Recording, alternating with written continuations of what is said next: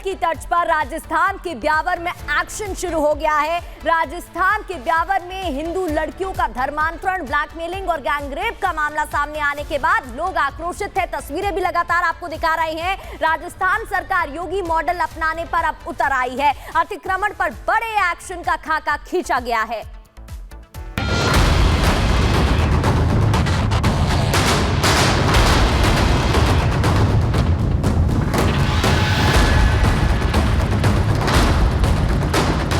कट्टरपंथी ये भूल जाते हैं कि गलती करेंगे तो सजा तो भुगतनी पड़ेगी। राजस्थान के ब्यावर जिले में हिंदू लड़कियों के साथ गैंगरेप का खुलासा हुआ, ब्लैकमेलिंग का खुलासा हुआ और तो और धर्मांतरण की साजिश का पर्दाफाश हुआ।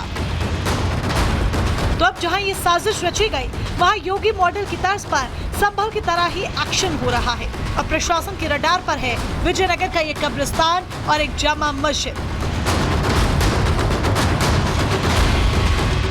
प्रशासन का आरोप है कि इस कब्रिस्तान को अतिक्रमण कर सरकारी जमीन पर बनाया गया है, जिसके बाद ब्यावरा जिला प्रशासन ने कब्रिस्तान को सील कर दिया। मुस्लिम धर्म के लोगों से कब्रिस्तान के कागजात मांगे गए और वैध दस्तावेज नहीं मिले तो इस कब्रिस्तान पर बुलडोजर चलना तय है। इतना ही नहीं, कब्रिस्तान के पास में एक जामा मस्जिद भी है, जिसको अब नोटिस दिया गया है। अगर वहाँ भी सही कागजात नहीं मिलेगा तो मस्जिद को सील कर प्रशासन कोई बड़ा एक्शन लेगा।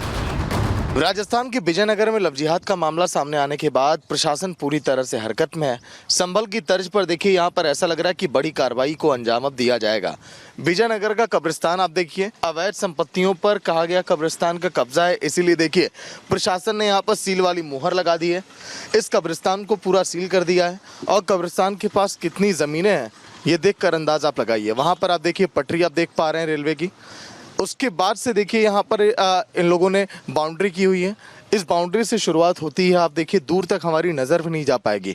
इतनी ज़मीनों पर इन्होंने कहा जाता है कि कब्जा किया, इसलिए प्रशासन ने इसको सील किया। आपको याद होगा कि संभल में इसी तर्ज पर कार्रवाई हुई थी 24 नवंबर को, जब घरों से निकलकर समुदाय विशेष के कुछ लोगों ने कोर्ट की तरफ से दिए गए सर्वे के आदेश को रोकने की कोशिश की थी और पत्थरबाजी की थी। तो फिर शुरू हुआ था दंगाइयों पर एक्शन। शहर की खुदाई, मंदिर और बंद कुएं ढूंढने का सिलसिला। और इसीलिए जब विजयनगर में हिंदू बच्चियों से धर्मांतरण के बाद कब्रिस्तान को सील किया गया है, मस्जिद को नोटिस थमाया गया है, तो वहां पर योगी मॉडल की चर्चा जोर शोर से होने लगी है।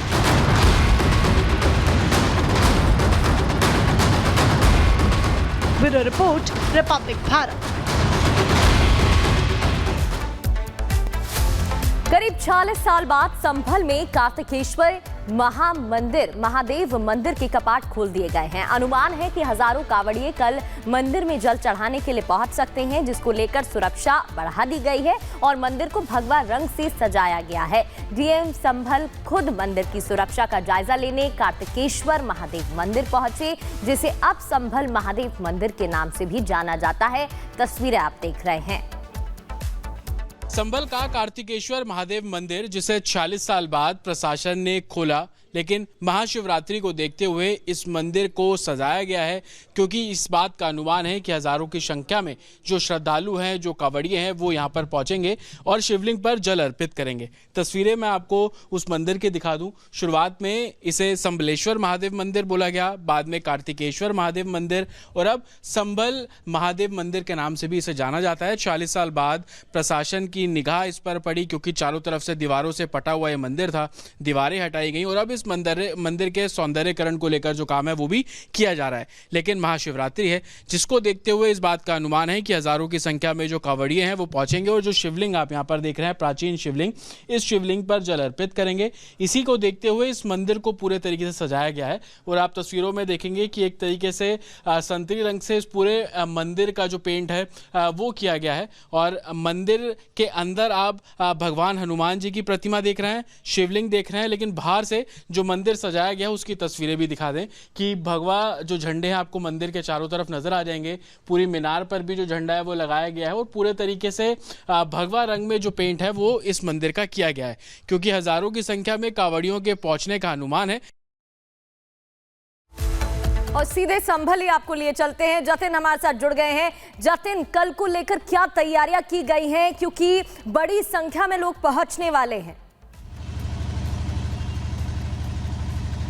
बिल्कुल, देखिए आसपास के जो जनपद है वहां से भी पुलिस बल को बुलाया गया है, जिनकी संख्या तकरीबन 2000 के आसपास है।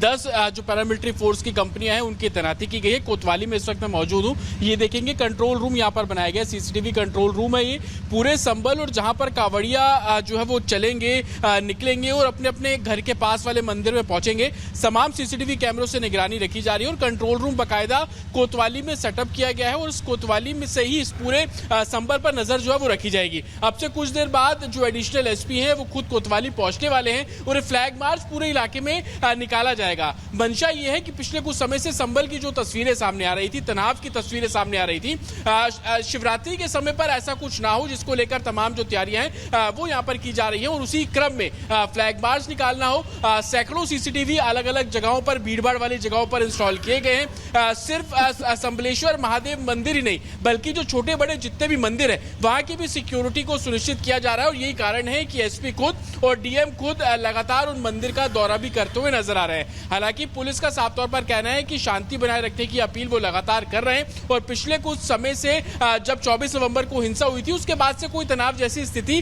देखने को भी नहीं मिली। लेकिन अलग अलग जगहों पर सीसीटीवी कंट्रोल रूम का सेटअप करना, 10 पैरामिलिट्री कंपनियों की तैनाती करना, आसपास के जनपद से तकरीबन 2000 पुलिसकर्मियों की तैनाती सिर्फ बिल्कुल, कुल मिलाकर पूरी तैयारी यहाँ पर की जा रही है। बहुत बहुत शुक्रिया आपका जतिन जानकारी देने के लिए। और